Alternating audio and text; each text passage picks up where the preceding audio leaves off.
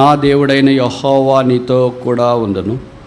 యెహోవా మందిరపు సేవను గూర్చిన పని అంతయు నీవు ముగించు వరకు ఆయన నిన్ను ఎంత మాత్రమునో విడువక, దీనికో పేరు పెడదామా, the promise of the great walk, గొప్ప పని కొరకైన వాగ్దానం, ముగించు వరకు నిన్ను ఎంత మాత్రము విడువక యుందును. బైబిల్ వాగ్దానాల బండాగారం. 8810 వాగ్దానాలు బైబిల్లో గ్రంథస్థం చేయబడ్డాయి. తీతు గ్రంథంలో మాత్రమే వాగ్దానాలు లేవని బైబిల్ పండితుల అభిప్రాయం. వాగ్దానాలు 3 రకాలు. మొదటిది దేవుడు మానవునితో చేసిన వాగ్దానాలు. రెండవది మానవుడు దేవునితో చేసిన వాగ్దానాలు. మూడవది మీ ఇద్దరే ఉన్నారని మధ్యలో పానకలో పొడక మాదిరి ఒకళ్ళు వచ్చినారు, ఆయనే సాతాను మానవునితో చేసిన వాగ్దానాలు బైబిల్లో 9 ఉన్నాయి.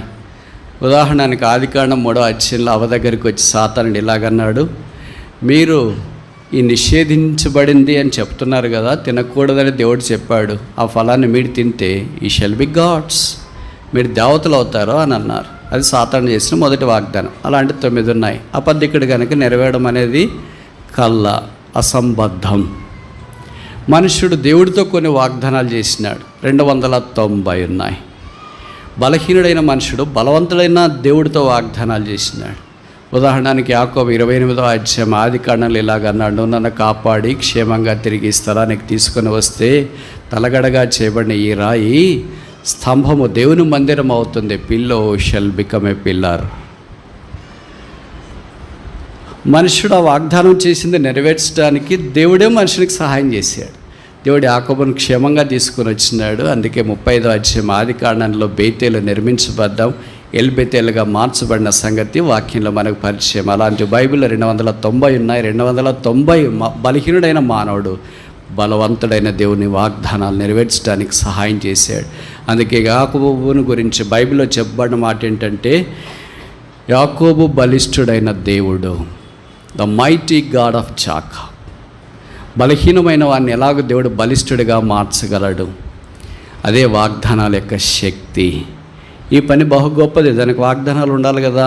వాగ్దానం లేకుండా సాధారణంగా మనం ముందుకు పోతే నిరుత్సాహ పరిస్థితులు, కృంగదలు వచ్చినప్పుడు వెనకం చేసే అవకాశం ఉంది కదా. అందుకే దేవుని వాగ్దానం మనం ముందుకెళ్ళటానికి ధీరోదాత్తమైన అంశం అన్న సంగతి క్రైస్తవ లోకానికి సుపరిచితం. అలాంటి వాగ్దానాల్లో ఒకటిది, నేను నిన్ను ఏమాత్రమును విడువను, ముగించు వరకు, మధ్యలో కాదు, ఆరంభంలో కాదు. క్రైస్తవుని యొక్క శుభప్రదమైన లక్షణం ఏంటంటే దేవుడు ఆరంభిస్తాడు, దేవుడు ముగిస్తాడు. ఆ దేవునితో కలిసి మనము కొనసాగడం మాత్రమే. ఆరంభించేవాడు ఆయన, కర్త, కర్మ, క్రియ. ఆ వాగ్దానాల యొక్క పరంపరలో మనము ఉండాలనే దేవుని యొక్క అభిలాష. ఈ మాట బైబిల్లో ఎన్నిసార్లు రాయబడింది తెలుసా? పాత నిబంధనలు ఎన్నిసార్లు రాయబడింది, కొత్త నిబంధనలు ఎన్నిసార్లు రాయబడింది, మొదటి ఎన్నిసార్లు రాయబడింది. మీరు అనుమతిస్తే బలలో పాలు పొందక మునుపు ఆ విషయాలు పరిగేరుకోవటానికి మనం ప్రయత్నం చేస్తాం. నాకు తెలిసి ఈ మాట బైబిల్లో 5 సార్లు రాశారు, పాత నిబంధనలో 4 సార్లు రాశారు, కొత్త నిబంధనలో ఒకే ఒకసారి రాశారు. ఈ 5 సార్లు రిపీటెడ్గా అదే పదం రాయట్లో ఉన్న ఔన్నత్యం ఏంటి? అదే ఈ సందేశం యొక్క సారాంశం. ఒక్కొక్క సందర్భంలో, ఒక్కొక్క విధానంలో దేవుడి వాగ్దానాన్ని వాడిన తీరు, పదప్రయోగం, మనుషుల మధ్యలో దేవుడు నెరవేర్చిన విధానం శ్లాఘనీయమైన సంగతి. మొదటి వాగ్దానం మనకు ఆదికాండం 28వ అధ్యాయం యాకోబు విషయంలో కనిపిస్తుంది. జెనసిస్ చాప్టర్ 28, ఆదికాండం 28వ అధ్యాయం, ఆదికాండం 28వ అధ్యాయం 15వ వచనం అనుకుంటా. జెనసిస్ చాప్టర్ 28 verse 15 మొదటిసారి మాట రాయబడిన స్థలం ఇది. ఇదిగో నేను నీకు తోడయుండి నీవు వెళ్ళు ప్రతి స్థలమందు నిన్ను కాపాడుచు ఈ దేశమునకు నిన్ను మరలా రప్పించదును, నేను నీతో చెప్పినది నెరవేర్చు వరకు నిన్ను విడువను. I will not leave you although you leave me. Condition అది. మీరు నన్ను విడిచిపెట్టినా నేను మిమ్మల్ని విడిచిపెట్టిన. This is the bond of the cross of Jesus Christ. యేసు ప్రభు యొక్క సిలువ బంధం ఇది. యాకోబుతో దేవుడు చెప్తున్న మాట. ఈ సంగతి మనకు బాగా పరిచయం కదా. అప్పుడు యాకోబు వయసు 77 సంవత్సరాలు, పెళ్లి కాలేదు. ఈ మాట చెప్తే షాక్ అవుతారు మీరు. 77 ఏళ్ళకి మనం అసలు అంత అయిపోయి ఉంటుంది, ఇంకా కాడికి కాళ్ళు చెప్పుకొని రెడీగా ఉంటాం, ప్రభువా నీవే అని. కానీ ఆయన 77 ఏళ్ళకి ఇంకా అప్పుడు ఆరంభము. బెర్షెబా నుండి హారాన్ వైపు పరుగులు తీస్తున్నాడు. బహుశా 1000 కిలోమీటర్ పైబడి ఉండొచ్చు. కనుక అలాంటి పరిస్థితుల్లో దేవుడు ఆయన్ని కరుణించి ఓ దినాన, బహుశా మొదటి రోజు అయి ఉండొచ్చు, యూదులు 20 మైళ్ళు నడుస్తారు ఒక రోజుకి, అంటే దాదాపు 30 కిలోమీటర్లు నడుస్తారు ఆరోగ్యవంతులైతే. ఆ తర్వాత శరీరం అలసిపోతే ఒక దగ్గర పడుకుంటారు. బహుశా ఆయన మొదటి రోజు అలాగే నడిచినాడేమో, అలసిపోతే ఒక అరణ్యంలో లేకపోతే ఒక అడవి ప్రాంతంలో ఒక రాయి తలగడగా చేసుకుని, తలగడ ఆయనకి అవసరం అనుకుంటా. మీకు తెలుసు కదా, కొంతమందికి తలదిండి లేకపోతే నిద్ర పట్టదు, కొంతమందికి తలదిండి ఉంటే నిద్ర పట్టదు, రకరకాల మనుషులు ఉంటారు. ఆయన రాత్రిని తలగడగా చేసుకొని పడుకోవడం ఆరంభించినాడు. ఎంత బాగా పడుకున్నాడంటే చాలా డీప్గా పడుకున్నాడు. అంత నిద్ర ఎలాగొచ్చిందో నాకు అర్థం కాదు. మామూలుగా 50 ఏళ్ళు దాటిన తర్వాత మీకు తెలుసు కదా, నిద్రపోవటానికి ఆపుసోపాలు పడుతూ ఉంటాం. కొంతమంది నిద్ర మాత్రలు వేసుకుంటారు, ఇంకా కొంతమంది ఒక ట్యాబ్లెట్ వాడతారు. ఏం వాడతారంటే, ఎక్కడ నేను ఇలాగ మీటింగ్స్కి వెళ్ళిన తర్వాత మీటింగ్ అయిపోయి వాళ్ళని కలవటానికి వెళ్తే, బ్రదర్ మీ వర్తమానాలు మేము రోజు యూట్యూబ్లో ఉంటాం బ్రదర్ అంటే, థ్యాంక్ యూ అక్క, థ్యాంక్ యూ బ్రదర్ అని చెప్తా ఉంటాం. మీకు ఎలాగ టైం ఉంది బ్రదర్, ఇంత బాధ్యతలు ఉన్నాయి, ఇన్ని ఉద్యోగాలు చేస్తారు, పిల్లలు, సంసారం, పరిశ్రమలో. ఏం లేదు బ్రదర్, రాత్రిపూట పడక మీద పడుకున్నప్పుడు నిద్ర పట్టదు కదా, యూట్యూబ్లో మీ వాక్యం ఆన్ చేసుకుంటే నిద్ర ఎప్పుడో వచ్చింటుంది కదా. సో నా మెసేజెస్ కూడా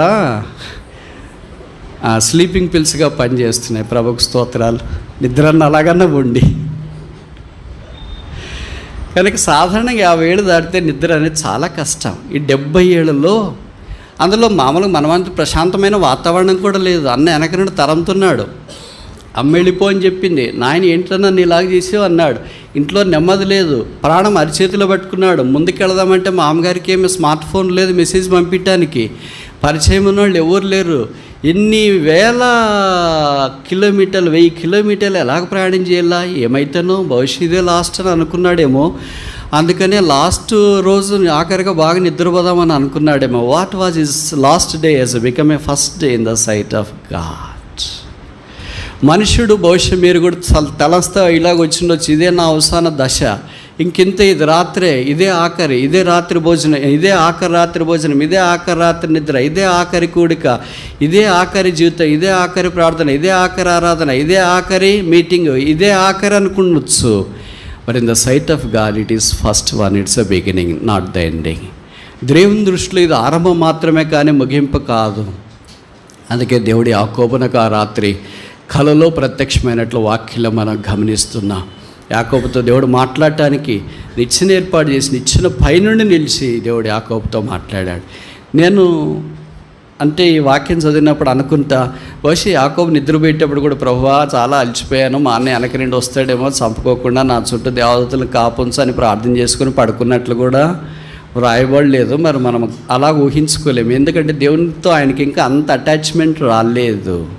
కానీ దేవుడు ఆయన దర్శించడానికి ఇష్టపడ్డాడు. ఒంటరిగా పరుగులు తీస్తున్నావా, ఏకాకయ్యావా, తల్లిదండ్రులు దూరం అయిపోయారా, తోబుట్టోళ్ళు తరిమి వేసారా, స్నేహితులు దూరం అయిపోయారా, నీకు పరిచయస్తులు అందరూ గాలికి ఎగిరిపోయినట్లు కెరటాల వల్లే ఎగిరిపోయారా, ఏకాకిగా మిగిలిపోయావా? చీకటి కదా, అలమటిస్తుంది కదా, అరణ్యం కదా, ఆయన పలకరించేవారు లేరు కదా, భవిష్యత్తు అంతా అంధకారంగా ఉంది కదా, ఏం చేయాలో దిక్కుదోచదు కదా, ఇదే ఆఖరి అనుకుంటున్నావు కదా. చదువైనా, ఉద్యోగమైనా, కుటుంబ జీవితమైనా, సంసార జీవితమైనా, సేవైనా, వ్యాపారమైనా, బాధ్యతలైనా బహుశా యాకోబు వలె చీకట్లో ఉంటే నీతి సూర్యుడు ఉదయించకుండా మానడు. అలాగే చీకట్లో ఉన్న మానవ జాతి అంతటినీ నీతి సూర్యుడు వదిలేసింటే, యేసుప్రభు వదిలేసింటే, ఇది నేను ఇక్కడ ఉండను, వీళ్ళు చాలామంది ఇక్కడ ఉండరు అనుకుంటా. అనేకసార్లు మనం ప్రార్థన చేయకపోయినా ఆయాసపడి విసిగిపోయి, ఇంకేం దేవుళ్ళు, ఏం ప్రార్థన చేయాలి, ఏం మందిరంకి వెళ్ళాలి, ఏం బైబిల్ చదవాలా, ఇన్ని రోజులు చదివిన దానికి ఏం ఫలితం ఉంది, సేవ చేసిన దానికి ఏం ఫలితం ఉంది, దేవుని కొరకు జీవించిన దానికి ఏం ఫలితం ఉంది, ఓడిపోయిన నాకంటే ఇరుగు పొరుగు చాలా బాగున్నారు, వాళ్ళు అంత మందిరానికి రారు, బైబిల్ చదవరు, ప్రార్థన చేయరు, క్రమంగా దేవుని గురించి సువార్త ప్రకటించరు, వాళ్ళే బాగున్నారు, నాకు ఇది ఎందుకు చేయాలలే, నేనెందుకు ఇలాగ దైవికమైన మార్గాల్లో వెళ్ళాలలే అని సోలిపోయి డసిపోయిన పడుకున్నా, నీతో పాటు వచ్చేవాడే యేసుక్రీస్తు ప్రభువు. ఆయన ఖచ్చితంగా చెప్తున్నాడు, నేను నిన్ను విడవను. నీ భర్త విడిచినా, నీ భార్య విడిచినా, నీ తోబుట్టువులు విడిచినా, నీ కన్న పిల్లలు విడిచినా, 9 నెలలు కడుపులో మోసి బయటికి తీసుకొని వచ్చి నాభి సూత్రము కత్తిరించిన నీ పిల్లలు నిన్ను విడిచినా, సిలువలో నీ కొరకై వ్యసనాక్రాంతుడిగా వ్యాధిని అనుభవించిన వాడుగా వేలాడదీయబడిన యేసు విడివాడు. ఇది యాత్ర, ఇది ఆరంభం మాత్రమే. యాకోబు నిన్ను అన్ని విడిచిపెట్టినారా, ఇంకా నా జీవితం ఇంత ఇలాగైపోయింది. మీరు ఊహించుకోగలరా? సమస్త మనుషులన్నీ చేరదీసి వదిలేస్తే ఒకే ఒకడు బేతేలైన స్థలంలో రాత్రి పడుకొని ఉంటే, do you believe that this single man who was left by all the people and become an insignificant person will become a nation? ఏకాకిగా ఒక అరణ్యములో రాత్రిపూట బేతెల్లో నిద్రపోతూ తలగడగా చేసుకున్న రాయిని ఆధారం చేసుకున్న ఒక మనుషుడు ఒక రాజ్యం అవుతాడని మీరు ఊహిస్తారా? For a man it is double impossible, for a god it is double impossible. అదే ఇప్పుడు ఇశ్రాయేల్ దేశం మనకు తెలుసు. ఆ దినాన దేవుడు యాకోబుని విడిచిపెట్టింటే ఈ దినాన దేశం కొని కోల్పోయిండేదేమో. అలాగే మన జీవితాలు కూడా యాకోబు కంటే గొప్పవారమేం కాదు, కానీ యాకోబు దేవుడు ఎవరికి ఆశ్రయము దుర్గమై ఉన్నాడు. ఎవడు యాకోబు దేవుని మీద ఆనుకొననో మనసు పెట్టుకొననో వాడు ధన్యుడని బైబిల్లో రాయబడింది. ఎందుకంటే ఆయన విడవను ఎడబాయని దేవుడు. ఎన్నిసార్లు ఆయన విడిచిపోయామో, చీకటి వచ్చిందని, ఇతరులు నన్ను విడిచిపెట్టారని, పరిస్థితులు మారిపోయాయని, జీవితం నాది ఇంతే అని నీవు అనుకుంటున్నావా? ఇదే ఆఖరి, ఈ కొత్త మాసంలోనికి వచ్చినాం, చివరి ప్రభుదినంలోనికి వచ్చినాం. ఇంకే కాదు, ఆఖరి కాదు, ఇది అంతం కాదు, ఇది ఆరంభం మాత్రమే. నేను ఈ మాటలు చెప్తుంటే మీరు అనొచ్చు, ఆరంభమే ఇన్ని కష్టాలైతే, ఆరంభమే చీకటి అయితే, ఆరంభమే ఏకాకైతే, ఆరంభమే తల్లిదండ్రుల ద్వారా విడిచిపెట్టబడితే అంతమేంటి? యాకోబు యొక్క అంతం నాకంటే మీకు బాగా తెలుసు. He had a royal funeral. ఆదికాండం 50వ అధ్యాయంలో ప్రధానమంత్రి వచ్చి ఆయన మీద పడి ఏడ్చాడు, కన్నీటితో ఆయన అభిషేకించినాడు. తలగడగా రాయి పెట్టుకోవటానికి కూడా రాయి దొరకని ఒక యాకోబు ప్రధానమంత్రి ద్వారా భూస్థాపన కార్యక్రమం. ఎలాగంటే డాక్టర్లు వచ్చి ఆయనకు మొట్టమొదట ఎంబాంబింగ్ చేసినట్లు వాక్యంలో మనం చూస్తున్నాం.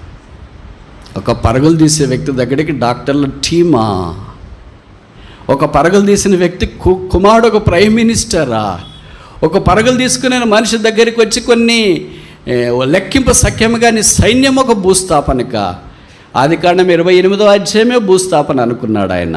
కాదు, 50వ అధ్యాయము. There is a long way to travel. ప్రయాణం చేసేది ఇంకా చాలా ఉంది. ఆ తర్వాత ముందుకెళ్ళటానికి మనం ప్రయత్నించే మునుపు యాకోబు 70 ఏళ్ళప్పుడు అలాగే వెళ్ళాడా? సరే, దేవుడు ఆయనతో మాట్లాడాడు. మామగారి దగ్గరికి వెళ్ళాడు. 20 ఏళ్ళు అక్కడ పనిచేసినాడు. అప్పుడు 97 ఏళ్ళ వయసు. అప్పుడు పిల్లలు అంతా family all settled in 20 long years. ఇప్పుడు 97 ఏళ్ళ తర్వాత దేవుడి దగ్గరికి తిరిగి వచ్చినాడు. ఆదికాండం 32వ అధ్యాయం. దేవుడు ఆయన దర్శించినాడు. ఎబ్బోకు రేవు దగ్గర బైబిల్లో రాయబడిన జాకబ్ వాజ్ లెఫ్ట్ అలోన్. వెళ్ళేటప్పుడు ఒంటరిగా వెళ్ళాడు, వచ్చేటప్పుడు కూడా ఒంటరిగానే విడిచిపెట్టబడ్డాడు. ఈ వాజ్ నాట్ అలోన్ బట్ ఈ వాజ్ లెఫ్ట్ అలోన్. ఈ మాట మీరు గుర్తుపెట్టుకోవాలి. ఈ వాజ్ నాట్ అలోన్ అంటే ఒక్కడిగా ఉన్నాడని కాదు అర్థం. He was left alone. Left alone అంటే others have departed from him. ఆయన ఇద్దరు నుండి తన దగ్గర ఉన్న వాళ్ళు ఆయనే పంపించి వేసినాడు. ఇప్పుడు ఆయన ఒక్కడే ఉన్నాడు. రాత్రి దేవునితో పెనుగులాడాడు. 28వ అధ్యాయంలో ప్రత్యక్షమైన దేవుడు 32వ అధ్యాయంలో ఆయనకు ప్రత్యక్షమయ్యాడు. అప్పుడు ఆయన వయసు 97 సంవత్సరాలు. నాకు తెలిసి ఆయన 147 సంవత్సరాలకు ప్రభు పరమపదించినాడు అన్న సంగతి తెలుసు. అంటే ఖచ్చితంగా స్థూలంగా చెప్పాలంటే దేవుడితో ఆయన నడక 50 సంవత్సరాలు. ఒక వ్యక్తి దేవుడితో 50 సంవత్సరాలు నడిస్తే, ఇంత గంభీరమైన బైబిల్లో అంత సుస్థిరమైన స్థానం సంపాదించుకొని భూమి మీద ఒక రాజ్యాన్ని ఏర్పాటు చేస్తే, మనం రక్షణ పొంది 10 ఏళ్ళు, 20 ఏళ్ళు, 30 ఏళ్ళు, 40 ఏళ్ళు, 50 ఏళ్ళు కూడా అయిపోయిన వాళ్ళు కొంతమంది ఉన్నాం కదా. మరి ఏంటి అలకలేదు, బెలుకులేదు? యాకోబు చనిపోయిండొచ్చు, యాకోబు దేవుడు చనిపోలేదుగా. యాకోబు అంత బలాఢ్యులు కాకపోవచ్చు, కానీ యాకోబు దేవుడు బలాఢ్యుడేగా. యాకోబు అంత డెడికేషన్ మనకు లేకపోవచ్చు, కానీ యాకోబు దేవుడు వాస్తవుడేగా. నాకు చాలాసార్లు ఇదే బాధ వేస్తుంటుంది. రాత్రి నిద్రపోకుండా ఆలోచిస్తున్నప్పుడు, ప్రభు ఒక మనిషి 50 ఏళ్ళలో ఎన్ని అధ్యాయులు ఆయన కొరకు రాయబడ్డాయి, పాత నిబంధనలు, కొత్త నిబంధనలు. ఇప్పుడు ఏ మందిరానికి వెళ్ళినా ఖచ్చితంగా ఒక మనిషి ఉంటాడు, జాకబ్ అనే పేరు. ఖచ్చితంగా ఒకటి. ప్రపంచంలో కోట్ల మంది ఉంటారు. 1 man walked with God for 50 years and he became multiplied person. ఇది సాధ్యమా? సాధ్యమని బైబిల్ చెప్తుంది. మన జీవితంలో సాధ్యం కావట్లేదేంటి? 50 ఏళ్ళు ఇంత నడిస్తే, ఇంత ప్రభావితం చూపిస్తే మనం సగం వేసుకుందాం. 25 ఏళ్ళు నడిచినాం అనుకో, దీంట్లో సగమని ఉండాలి కదా, సగం వద్దులే. పావని ఉండాలి కదా, పావు వద్దులే. 1% అని ఉండాలి కదా, 1% వద్దులే. పాయింట్ పీపీటీ అన్న ఉండాలి కదా, పీపీటీ కూడా వద్దులే, పీపీఎం అన్న ఉండాలి కదా. ఏది లేకుండా ఎలాగుంటున్నాం ఇంత నిశ్చేష్టలముగా? Is God dead? యాకోబు దేవుడు చనిపోయాడా? యాకోబును మాత్రమే వాడుకొని వదిలేసాడా? No, is alive today. ఇంకా ఇది నాన్న సజీవుడై ఉన్నాడు. ఆయన అన్నాడు కదా, lo I was dead but yet I'm alive. నేను మృతుడినైతేనే కానీ యుగాయుగములు సజీవుడినై ఉన్నాను. ఆ యేసు యొక్క జీవితం మనిషి జీవితాన్ని మార్చివేస్తుంది. ఆయన టచ్, యాకోబును 28వ అధ్యాయం ఆదికాండంలో ఆయన టచ్ చేసినాడు, 32వ అధ్యాయంలో ఆయన టచ్ చేసినాడు. ఆయన అనేకులకు ఆశీర్వాదముగా మార్చబడ్డాడు. రాజులు ఆయన గర్భములో నుండి వచ్చారు. This is astronomical blessing. We can never measure this blessing. ఈ ఆశీర్వాదము అసలు కొలవటానికి ఏ సాధనాలు లేవు. మన సంగతి ఏంటి మరి?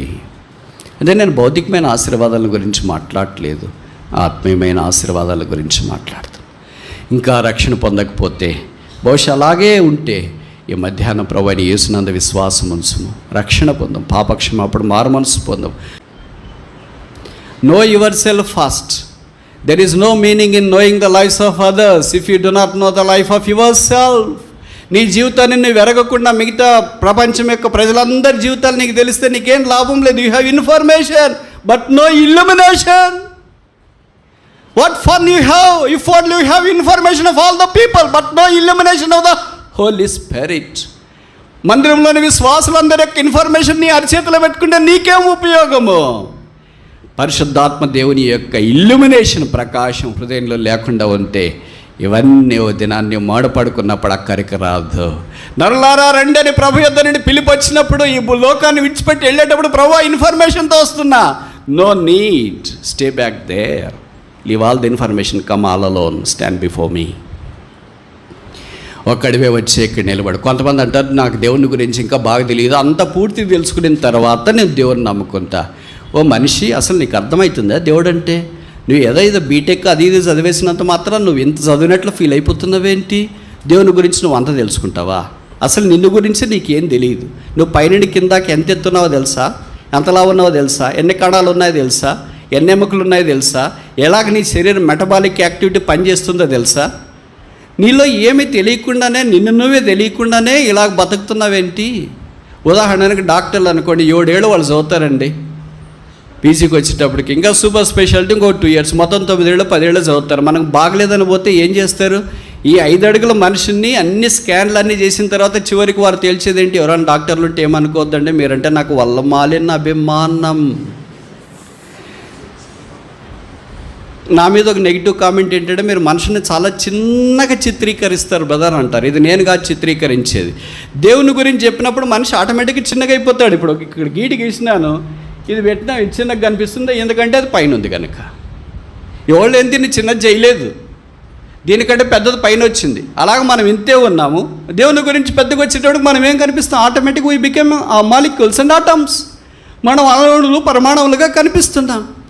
అందుకే ఒక మనిషిని గురించి తెలుసుకోవటానికి 10 ఏళ్ళు చదివితే ఇంకా సిటీ స్కాన్లు, ఆ స్కాన్లు, ఈ స్కాన్లు అన్నీ పెట్టిన తర్వాత చివరికి తెలియ పదార్థం ఏంటంటే ఏమి లేవు, అన్నీ నార్మల్గా ఉన్నాయి, మీకు స్ట్రెస్ ఎక్కువైపోయింది, బాగా రెస్ట్ తీసుకోండి, వైటమిన్స్ వాడండి, తిని పడుకోండి, అంతా మీరు సెట్ అయిపోతారు. మీకు ఏమైనా బాధలు ఉన్నాయా?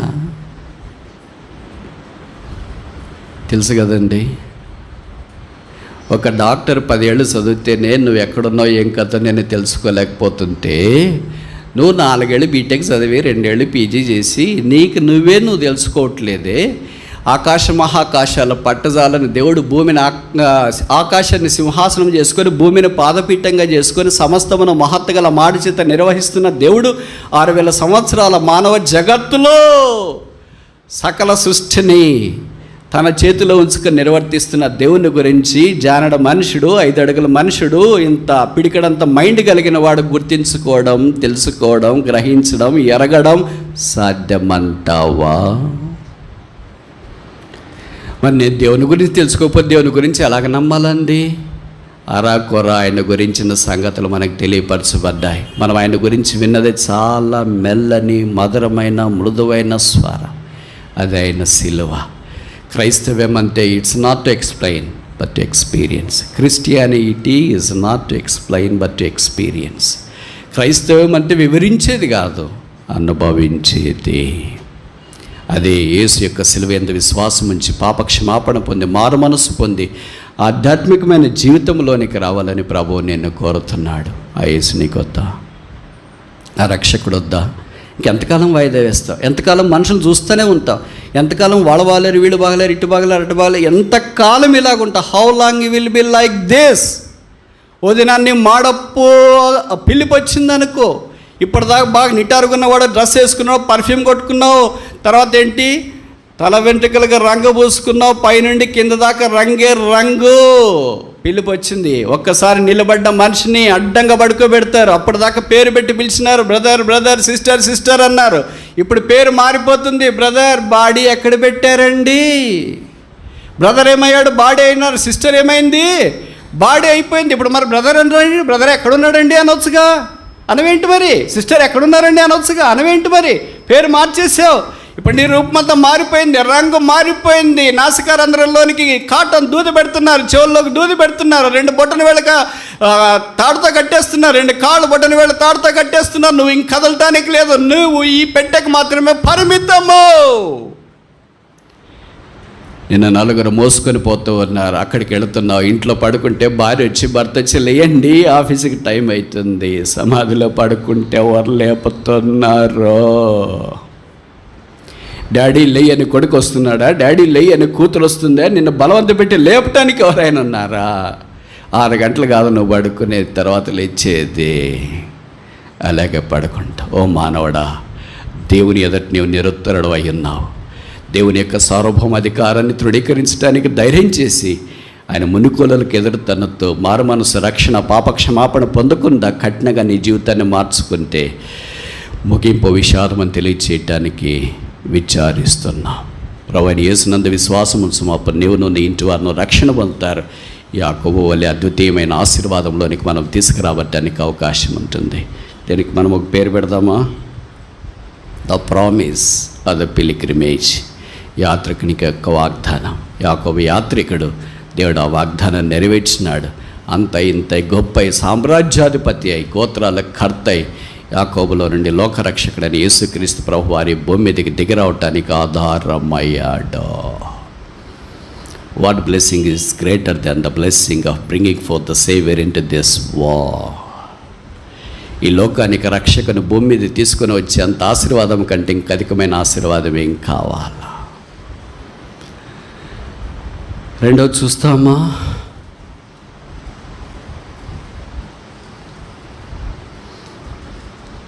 సరే 3-4 చూసి ముగిస్తాం. యెహోషువ మొదటి అధ్యాయం. జాషువా చాప్టర్ 1. యెహోషువ మొదటి అధ్యాయము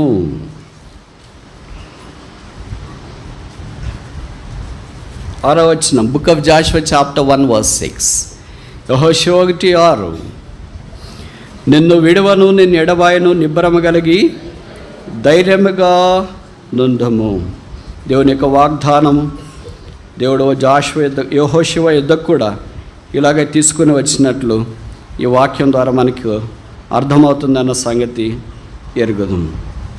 అందుకని ఈ యెహోషువ దగ్గరికి వచ్చేటప్పటికి యెహోషువ ముందున్న పరిస్థితిని చూసి, శత్రువులను వారందరిని చూసి, లేదా మోషే తర్వాత ఆ స్థానాన్ని ఎలాగ నేను భర్తీ చేయగలను, వీటన్నిటిని చూసి బహుశా భయపడుతున్నాడు వచ్చేమో, దిగులుగున్నాడేమో. ప్రభు ఆయనతో ఏం చెప్తున్నాడంటే భయపడొద్దు, దిగులు పడొద్దు. భయపడొద్దు, దిగులు పడొద్దు అంటే అర్థం ఏంటి? భయపడుతున్నాడు, దిగులు పడుతున్నాడు అని అర్థం. జంకొద్దు అంటే జంకుతున్నాడు అని అర్థం. ఇది సాధారణంగా మనం బైబిల్ అర్థం చేసుకునేటప్పుడు వాడుకునే పర్యాయ పదాలు. అంటే ఇది టెలిఫోనిక్ కాన్వర్జేషన్ మాదిరి. ఇక్కడ మీరు ఫోన్ మాట్లాడుతుంటారు, అవతల ఎవరు మాట్లాడుతుంటారు నాకు తెలియదు, కానీ మీరు ఇచ్చే జవాబులను బట్టి నేను కొంత గెస్ చేస్తాను. బాగున్నా అని అన్నారు అనుకో, అవతల వాళ్ళు ఏం అడిగింటారు? బాగున్నావా.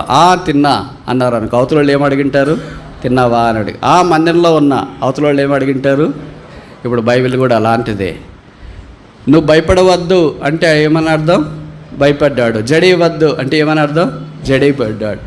కనుక ఇవన్నీ బహుశా యెహోషువలో ఉన్నాయేమో. దేవుడు ఆయన జ్ఞాపకం చేస్తూ యెహోషువ యొక్క భద్రతను గురించి పూచికతో హామీ ఇస్తున్నాడు, ప్రామిస్ ఆఫ్ ప్రొటెక్షన్.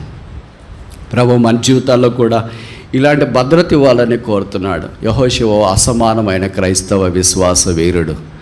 ఆయన విశ్వాసం గొప్పది. సూర్యుని నాపాడు. 6000 సంవత్సరాల మానవ చరిత్రలో సూర్యుని చంద్రుని నాపిన ఏకైక క్రైస్తవ విశ్వాస వీరుడు ఒక్కడు. ఒక్కొక్కరి జీవితాలు చూసినప్పుడు అనిపిస్తుంది, ప్రభువా ఈ బైబిల్ అసలు నాకు ఎక్కడన్నా ఉందా? కనీసము అనంత దూరంలోనైనా ఉన్నానా ఈ బైబిల్కి? మనం చూస్తే ఎక్కడ పడిపోయి పాడైపోయి భ్రష్టు పట్టిపోయి ఏం లేకుండా ఆదివారం వచ్చి ఆరాధన చేసి బలలో పాల్పొంది, ఏదో కానికి ఇచ్చేసి భోజనం ఆఫీస్లో పాల్పొంది, రిక్షా ఎక్కి ఆటో ఎక్కి షేర్ ఆటో ఎక్కి బండి ఎక్కి ఇంటికి పోతున్నాం. ఆ తర్వాత అంతే. ఏమయ్యాడు యాకోబు దేవుడు? ఏమయ్యాడు యెహోషువ దేవుడు? ఏమయ్యాడు సొలొమోను దేవుడు? ఏమయ్యాడు దావీదు దేవుడు? పుస్తకంలో ఉన్నాడా? జీవితంలో లేడా? ఆయన పుస్తకంలో ఉండి జీవితంలో లేకపోతే I don't want this God any longer for me. ఆయన బైబిల్లోనే మాత్రమే దాగి ఉండి నా జీవితంలో కార్యస్థితి కలిగించకపోతే ఈ దేవుడితో నాకేం పనుంది? ఇది కూడా ఒక కథల పుస్తకమే కదా. ఇది కూడా ఒక సామాన్యమైన గొప్ప వ్యక్తుల ద్వారా దేవుడు జరిగించిన కార్యమే కదా. ఆ దేవుడు నాలో కూడా మనలో కూడా కొంతైనా మన విశ్వాసం కొలిది కార్యసిద్ధి కలిగి జరిగించినప్పుడు ఆ దేవుని గురించిన అవగాహనలోనికి మనం రావటానికి అవకాశం. యెహోషువ దేవుడు అలాగూ బలపరిచి వాడుకుంటూ వచ్చినాడు. బలమైన సాధనమయ్యాడు. ఆయన పేట పుస్తకం ఉంది. ఆయన పేరు కూడా ప్రపంచంలో మారుమోగుతుంది. ప్రతి మందిలో ఒక యెహోషువ మినిమం చెప్తున్నా నేను, మ్యాక్స్ కాదు. అలాగూ ప్రపంచమంతా ఎన్ని కోట్ల మంది ఉన్నారు. దేవుని ఆశీర్వాదం వారి మీదకి కుండపోత వలె కురిసిపోయింది. శ్రమలో, బాధలో, వేదనలో, అవమానాల్లో ప్రభు కొరకు నిలబడడానికి ఇష్టపడ్డాడు. అనేక సందర్భాల్లో మనకు శ్రమలు వచ్చినప్పుడు భయపడిపోతాం, బెంబేలెత్తిపోతాం. అన్నీ నాకే వచ్చేయంటి, మిగతా వాళ్ళు బాగున్నారే, నేనే ఈ శ్రమలు భరించలేకపోతున్నానే, ఇవన్నీ నా మీదకి ఏక తాటి మీద దాడి చేస్తున్నాయి ఏంటి, ఏక రాశిగా నా మీదకి వచ్చి నిలబడిపోయాయి ఏంటి అని మనం అనుకున్నాం. శ్రమలు మన జీవితాన్ని ఆధ్యాత్మిక వలయంలోనికి తీసుకుని వెళ్ళాలని దేవుని యొక్క ఉద్దేశం. చూడండి, ఒక చిన్న ప్రయోగం మనం చేయడానికి ప్రయత్నం చేస్తే, ఒక స్టీల్ గ్లాసో లేకపోతే గాజు గ్లాస్ తీసుకొని నీళ్ళు పోసాం, వేడి నీళ్ళు పోసాం అనుకోండి. ఒకటి దాంట్లో 30 దాకా పోసాం. మొదటి గ్లాసులో పొటాటో అంటే బంగాళాదుంప మీ భాషలో చెప్పాలంటే, రెండో గ్లాసులో కోడిగుడ్డు ఎగ్, మూడో గ్లాసులో కాఫీ గింజలు. ఈ 3 పోసినాం. వేడి నీళ్ళు యొక్క టెంపరేచర్, ఉష్ణోగ్రత సమానంగా ఉంది. 100 degrees ఉందనుకోండి. మూడిట్లో అంతే సమానంగా ఉంది, కానీ మెటీరియల్ మాత్రం వేరే. గ్లాసు ఒకటే, మీడియా ఒకటే, టెంపరేచరు ఒకటే, material is different, content is different. ఇప్పుడు 3 పదార్థాలు 3 రకాలుగా స్పందిస్తాయి వేడి నీటికి. మొదటిది బంగాళాదుంప. కొద్దిసేపు అయిపోయిన తర్వాత మనం తీస్తే ఎలాగ ఉంటుంది? మెత్తగా ఉంటుంది. పూరీ కర్రీకి హైలైట్గా ఉంటుంది. రెండవది తీస్తే ఎగ్. అదంతా షెల్లో నుండి ఏమంటారు, గులకనా,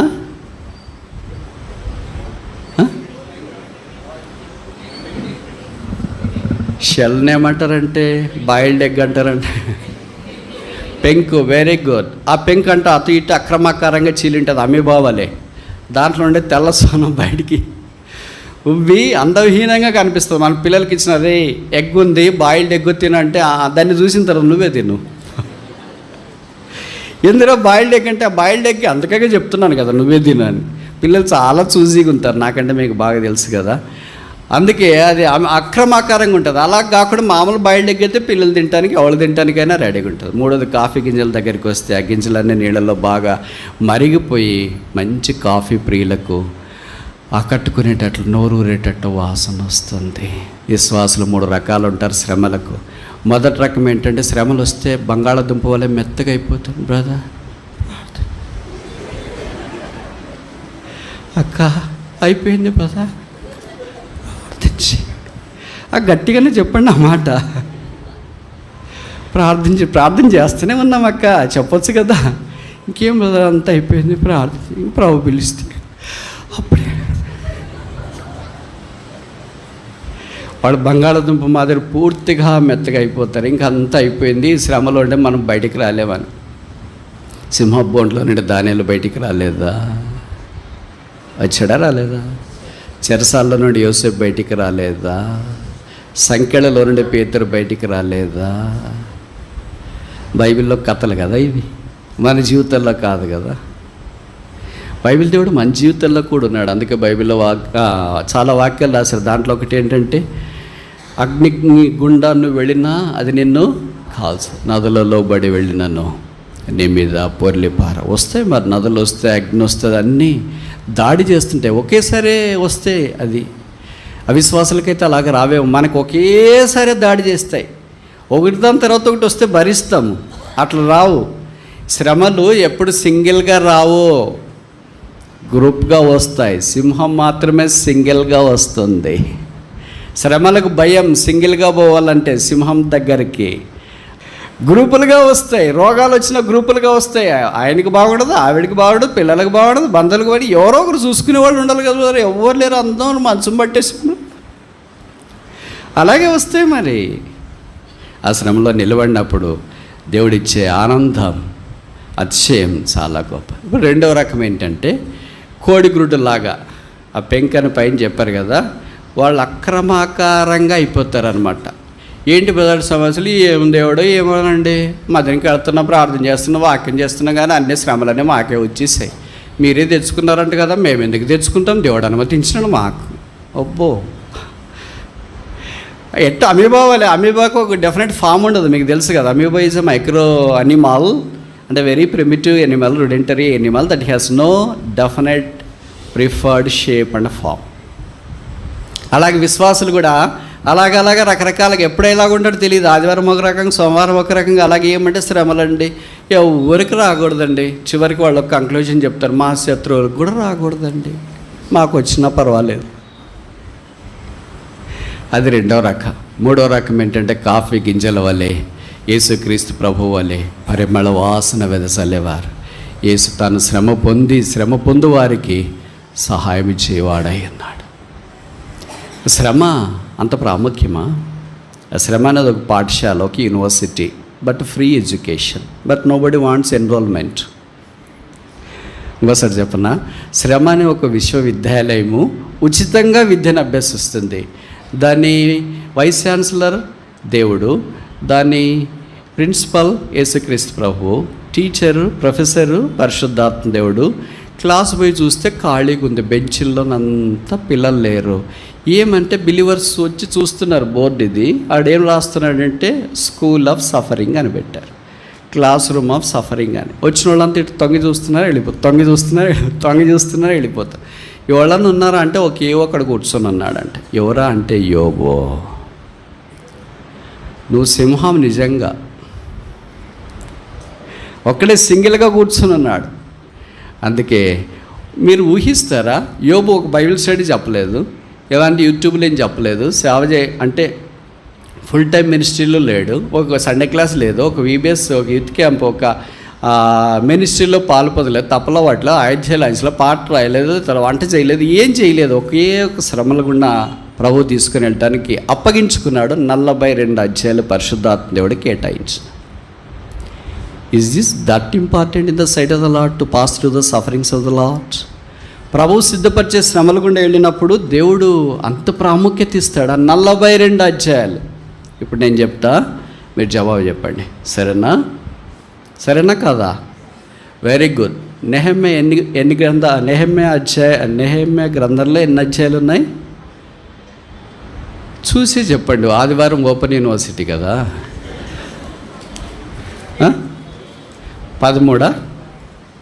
నెహెమ్యా కప్ బీరర్ అనగా సూషోను కోటలో పాత్ర అందించేవాడు రాజుకు. అంటే ఇది దాదాపు పిఎంఓ ఆఫీస్లో పనిచేసేంత సమానం. పిఎంఓ ఆఫీస్లో బయట సెంట్రీగా ఉన్నవాళ్ళు కూడా చాలా పవర్ఫుల్. ఎందుకు పవర్ఫుల్ అంటే వాళ్ళు చెప్పేది అలాగ చెప్పిన వెంటనే ఏమనుకుంటామంటే చాలా పవర్ఫుల్ కదా అనుకుంటా. ఆ పిఎంఓనే రోజు చూసే వ్యక్తి అనుకోండి, రోజు ఆయన దగ్గరికి వెళ్ళి మాట్లాడేవాడు, ఇంకెంత పవర్ఫుల్. మరి నెహమ్యా అలాగే రోజు రాజు దగ్గర కనిపిస్తాడు. కనీసం రోజుకు 3 సార్లు, మన ఇండియన్ కల్చర్ మాదిరి వేసుకుంటే ఉదయం, మధ్యాహ్నము, సాయంకాలం మాదిరి రోజుకు 3 సార్లు పిఎంని కలుస్తుంటే లేదా రాష్ట్రపతిని కలుస్తుంటే, రాజుని కలుస్తుంటే ఆయన ఎంత పవర్ఫుల్ అయిండాలి. అంత పవర్ఫుల్ వ్యక్తి 52 రోజుల్లో గోడలు కడితే 13 అధ్యాయాలు పరిశుద్ధాత్మ దేవుడు కేటాయించినాడు. పక్కనకి వస్తా, ఎవరు? ఎస్తేరు రాణి అడిగారు. రాణి దేవుని ప్రజలైన వారిని, మిలియన్ల కొద్ది ప్రజలను కాపాడింది. రాజు దగ్గరికి వెళ్ళి నిలబడింది, ప్రభువు కార్యమును నెరవేర్చడానికి శ్రద్ధ చూపింది. ఆమెకి ఎన్ని అధ్యాయాలు కేటాయించాడు పరిశుద్ధాత్మ దేవుడు? 10 అధ్యాయాలు కేటాయించినాడు. తర్వాత 3వ వ్యక్తి దగ్గరికి వస్తాం, దానియేలు. ఆయన ప్రధానమంత్రి, 4 రాజుల పీరియడ్లో ఉన్నాడు. దాదాపు 80 సంవత్సరాలు ప్రభువును సేవించినాడు. ఆయనకి ఎన్ని అధ్యాయాలు కేటాయించినాడు? 12. ఇప్పుడు 3 కలపండి. క్యాలిక్యులేటర్ కావాలా? అంటే నెహమ్యా ప్లస్ ఎస్తేరు plus Daniel is less than Job. ఇది ఈక్వేషన్ 1. అర్థమవుతుంది నేను చెప్పే మాటలు. అంటే నెహమ్యా గ్రంథాన్ని, ఎస్తేరు గ్రంథాన్ని, దానియేలు గ్రంథాన్ని కలిపినా కూడా యోబు గ్రంథం కంటే తక్కువ అధ్యాయాలు ఉన్నాయి. వీళ్ళేమో సన్నబన్నోళ్ళు కాదు, మనలాంటి వాళ్ళు కాదు. నెహమ్యా రాజు దగ్గర ఉన్నాడు, ఎస్తేరేమో రాణి. ఇంకా ఆమె అనుకుంటే చాలు ఏమైనా జరుగుతుంది. 127 సంస్థానాలకు రాణి అంటే తమాష కాదు కదా. తర్వాత దానియేలు దగ్గరికి వస్తే ప్రధానమంత్రి కదా, దేవుని సన్నిధిలో విజ్ఞాపన చేసినాడు, సింహాన్ని నోళ్ళు మూసినాడు కదా. ఇలాంటి గొప్ప వ్యక్తిని గురించి బైబిల్లో ఎన్ని అధ్యాయాలు కేటాయించబడ్డాయి? ఏంటి? 12. ఇప్పుడు మీరు 3 కలిసి ఎన్ని అధ్యాయాలు ఉన్నాయి? 35. ఇంకెన్ని తక్కువ వచ్చినాయి? సరే, ఇప్పుడు ఇవన్నీ మనం ఆలోచిస్తే దేవుని యొక్క దృష్టిలో ఒక వ్యక్తి శ్రమల గుండా యోబు వలె వెళ్ళినప్పుడు నెహమ్యాలాగో గొప్ప వ్యక్తి అయినా, ఎస్తేరు లాంటి గొప్ప రాణైనా, దానియేలు లాంటి గొప్ప ప్రధానమంత్రి అయినా శ్రమ పొంది బయటకు వచ్చిన వ్యక్తిని దేవుడు ఎంత ఘనపరుస్తున్నాడని అర్థమవుతుంది. అందుకే 42:1-2లో అన్నాడు యోబు, యెహోవా నీవు సమస్త క్రియలు చేయగలవనియు, నీవు ఉద్దేశించింది ఏదియో నిష్ఫలము కానేరదని నేనిప్పుడు తెలుసుకొంటిని. దేవుడు వారందరినీ భద్రపరిచి కాపాడుతూ వచ్చినాడు. ఇప్పుడు మన సంగతి ఏంటి? ప్రభు శ్రమ పొందిన దానికే ఈ బల్ల గుర్తుగా ఉంది. ఆయన శ్రమ పొందకుండా ఉంటే ఇదే మనం ఇక్కడ ఉండేవారం కాదు. ఆయన సెలవిచ్చిన మాట, వెళ్ళిపోక మునుపు లోకంలో మీకు శ్రమ కలుగును, ఆయనను ధైర్యం తెచ్చుకుని నేను లోకాన్ని జయించున్నాను. కనుక ప్రభు యొక్క బలలో మనం పాలు పొందక మునుపు కలిగే శ్రమలు, పోరాటాలు, ఇబ్బందులు, వీటన్నిటి గుండా ప్రభు మనల్ని తీసుకుని వెళుతున్నా సువర్ణం వల్లే బయటికి తీసుకురావాలని ఆయన యొక్క ఉద్దేశం. సిలువను చూస్తూనే ఆయన శ్రమలతో పోల్చుకున్నప్పుడు మనం వినదగినవి కాదు. ఇంకొక మాటలో చెప్పాలంటే అసలు ఆయన శ్రమలు, మన శ్రమల గురించి మాట్లాడేటప్పుడు ఆయన శ్రమల గురించి మనం పేరెత్తడానికి కూడా లేదు. ఆయన ఆకాశమందు ఉన్నాడు, మన భూమి మీద ఉన్నాం. ఆయన సిలువలో ఉన్నాడు, మన భూమి మీద ఉన్నాం. ఆయన వికారుడిగా మార్చబడ్డాడు, మనం సామాన్యులుగా ఉన్నాం. ఆయన స్వరూపము లేనివాడిగా చేయబడ్డాడు, మనం స్వరూపము కలిగి ఉన్నాం. ఆయన రిక్తుడిగా సిలువలో వేలాడదీయబడ్డాడు, మనం సమస్తాన్ని కలిగి ఉన్నాం. ఆయన ఏకాకిగా సిలువలో వేలాడదీయబడ్డాడు, మనం సమూహముగా ఈ శ్రమల మార్గం గుండా వెళుతూ ఉన్నాం. గొప్ప సాక్షి సమూహం మనకంటే ముందుగా వెళుతుండగా మనం వారిని చూస్తూ ఆ సిలువను గురిగా కలిగి ఉండి సిలువ రక్త ప్రవాహంలో కడుక్కొని శుద్ధీకరించబడిన వారమై బలలో పాలు పొంది ఈ మిక్కిలి గొప్ప పని కొరకై పూనుకోవాలని కోరబడుతున్నా.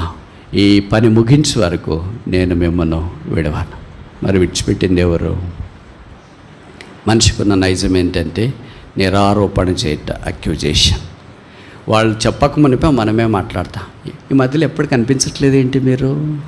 నువ్వు కనిపించట్లేదు, వాళ్ళు నిన్ను అడుగుతారని నువ్వే ముందు రివర్స్లో పెట్టేస్తావు కదా. Is it not true? It is true everywhere. ఏమిటి ఈ మధ్యలో ఫోన్ చేయడం మానేశారు అంటే మీరు మానేశారు కనుక వేరే వాళ్ళు మానేసినారు అని. ప్రతి దానికి మనం ఏం చేస్తామంటే నేరారోపణ. This is the characteristic of a Lucifer యొక్క లక్షణం అది తీసుకొని వచ్చిన. అందుకని ఇప్పుడు మనం దేవుడి దగ్గరికి వచ్చిన తర్వాత కూడా ఏమంటాం? దేవుడే మమ్మల్ని వదిలేసినాడండి. బైబిల్ ఏం రాయబడింది? నేను నిన్ను వీడవను. మనం ఏం చెప్తాము? నీవు నన్ను. చెప్పండి, ఈ మాట ఎన్నిసార్లు అన్నాం మనం? పక్కనోళ్ళు కూడా ఎన్నిసార్లు అని వింటారు. మన అంతరంగంలో ఎన్నిసార్లు అన్నాం? ఏమో దేవుడు మమ్మల్ని విడిచిపెట్టినాడేమో, అందుకే మా ప్రార్థనలకు జవాబు రాలేదు, మా విజ్ఞాపన చెవిని పెట్టబడట్లేదు, మా కన్నీరు తొడవబడట్లేదు, మా బాధలు తీరట్లేదు, మా వేదనలు అన్నీ ఇలాగే ఉంటున్నాయి ఏంటి? ఎప్పుడు ఆయన విడిచిపెట్టాడు? ఆయన మనల్ని విడిచిపెట్టేటట్లయితే ఆయన శిలువ మీద తండ్రి చేత విడిచిపెట్టబడేవాడు కాడో.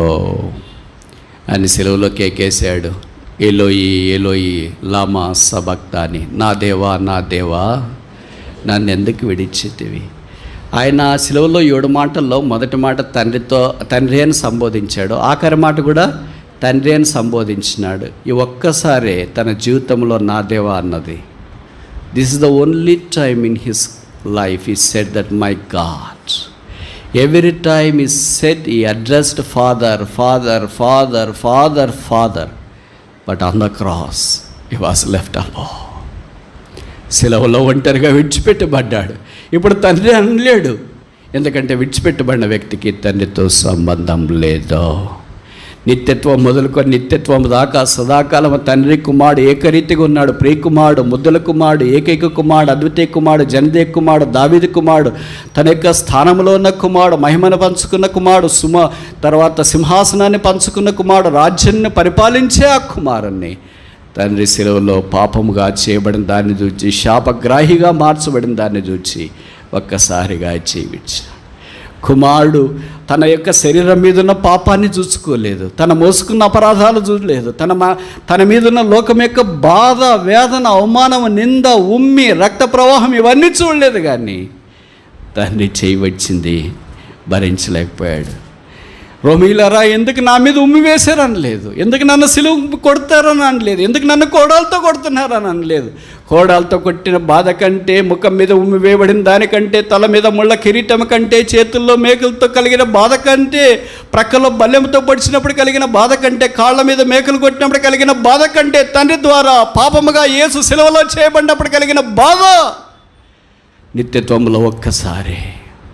అందుకని ఆ బాధలో ఆయన కేక వేశాడు, నా దేవా నా దేవా నన్ను ఎందుకు చేయవచ్చింది. జవాబేమో తెలుసా? నిన్నెందుకు చేయవిచ్చినానంటే, విడువబడి సమాజం యొక్క చేయి పట్టుకుంట కొరకాయ చేయి విడిచినాను కనుక ఆయన చేయి పట్టుకొని నడిపిస్తూ వచ్చిన. ఆయన విడిచిపెడితే ఇది నాను మనం ఇక్కడ ఉండము.